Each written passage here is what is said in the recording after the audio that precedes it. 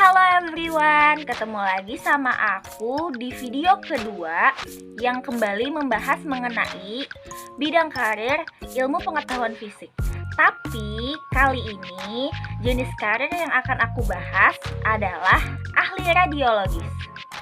Sebelum kita membahas mengenai ahli radiologis, kita review dulu yuk, apa sih itu ilmu pengetahuan fisik? Ilmu pengetahuan fisik adalah studi ilmu kimia dan fisika di alam. Dari sudut pandang materialis dan fungsionalis, ilmu fisik dapat berhimpitan dengan ilmu kehidupan yang mempelajari ekologi dan bukti dari fakta sejarah dan evolusi. Ilmu alam menjembatani fenomena ilmu fisik dan ilmu kehidupan. Nah, udah ingat dong? Sekarang kita lanjut membahas mengenai apa itu ahli radiologi. Radiologi adalah cabang ilmu kedokteran yang mempelajari pemindaian dan diagnosis bagian dalam tubuh manusia menggunakan implementasi radiologi gelombang. Seorang ahli radiologi adalah dokter umum yang telah menempuh pendidikan spesialis radiologi selama 7 semester untuk mendapatkan gelar dokter spesialis radiologi. Dokter radiologi akan membantu pasien dalam melakukan pemeriksaan radiologi dengan tujuan melihat apakah ada masalah kesehatan dalam tubuh pasien, agar dapat segera ditegakkan diagnosanya dan dapat diarahkan pada pengobatan yang dibutuhkan oleh pasien. Nah, setelah kalian tahu ahli radiologi itu apa, kita cari tahu yuk keuntungan menjadi ahli radiologi itu. Keuntungan yang pertama yaitu tenaga ahli radiologi masih sangat dibutuhkan di Indonesia. Hingga saat ini jumlah radiografer di Indonesia tergolong masih sangat sedikit jika dibandingkan dengan jumlah rumah sakit yang ada. Keuntungan yang kedua, terbuka peluang untuk memiliki kompetensi khusus di bidang radiologi. Dikarenakan sedikitnya jumlah sumber daya manusia yang memiliki keahlian dalam bidang radiologi, maka peluang dalam memilih kerja maupun melanjutkan karir dalam bidang ini cukup besar. Dan keuntungan yang ketiga yaitu pilihan jenjang studi mulai dari D3 hingga S1. Sehingga kamu bisa memaksimalkan ilmu dan pengalaman kamu di bidang ini. Menjadi lulusan radiologi, kita dapat memilih karir sesuai jenjang studi. Karena kita udah tahu keuntungan menjadi ahli radiologi, yuk kita lanjut ke prospek kerja ahli radiologi. Prospek kerja yang pertama yaitu menjadi radiografer. Fungsi utamanya yakni mengambil foto ronsen pasien yang sudah direkomendasikan dokter ahli. Bukan pekerjaan yang mudah loh untuk menjadi seorang radiografer karena kita bekerja di lingkungan yang mempunyai radiasi tinggi.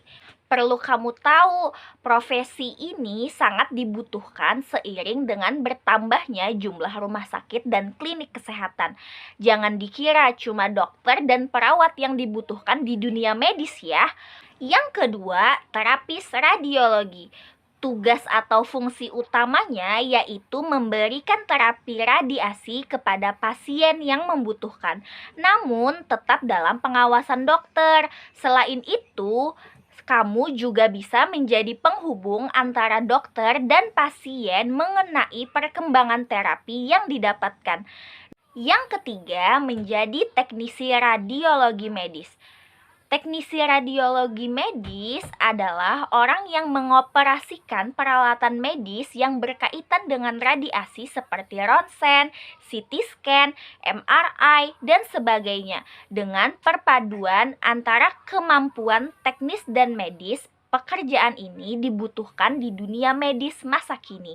Seorang teknisi radiologi medis memegang peranan penting dalam pelaksanaan pengobatan, terutama penyakit kanker dengan sinar radioaktif, karena bekerja dengan resiko yang cukup tinggi. Pekerjaan ini memerlukan pengetahuan yang tinggi dan pemanfaatan yang tepat. Dan yang terakhir, menjadi ahli teknologi pengobatan nuklir. Mengerti tentang nuklir bukan merupakan syarat masuk jurusan radiologi, karena kamu bisa mendapatkan pelajaran tersebut ketika masuk di bangku kuliah. Dengan demikian, kamu juga bisa menjadi ahli teknologi pengobatan nuklir yang bertugas untuk menyiapkan, mengelola, dan mengukur berbagai peralatan yang berhubungan dengan radiostop. Dan seperti video sebelumnya, kita akan menjawab 5 pertanyaan dengan 4 pilihan jawaban. Yang pertama, 1. Sangat tidak sesuai, 2. Tidak sesuai, 3. Sesuai, dan 4. Sangat sesuai. Simak baik-baik ya. Pertanyaan yang pertama, apakah bidang karir yang akan Anda pilih sesuai dengan tujuan-tujuan karir Anda? Yang kedua, apakah bidang karir yang akan Anda pilih sesuai dengan aspirasi Anda? Yang ketiga, apakah bidang karir yang Anda pilih menjanjikan kompensasi yang Anda inginkan? Yang keempat, apakah bidang karir yang akan Anda pilih menerapkan sistem promosi yang Anda harapkan? Dan yang kelima, apakah bidang karir yang akan Anda pilih memiliki keberlanjutan dalam jangka panjang? Silahkan dijawab ya.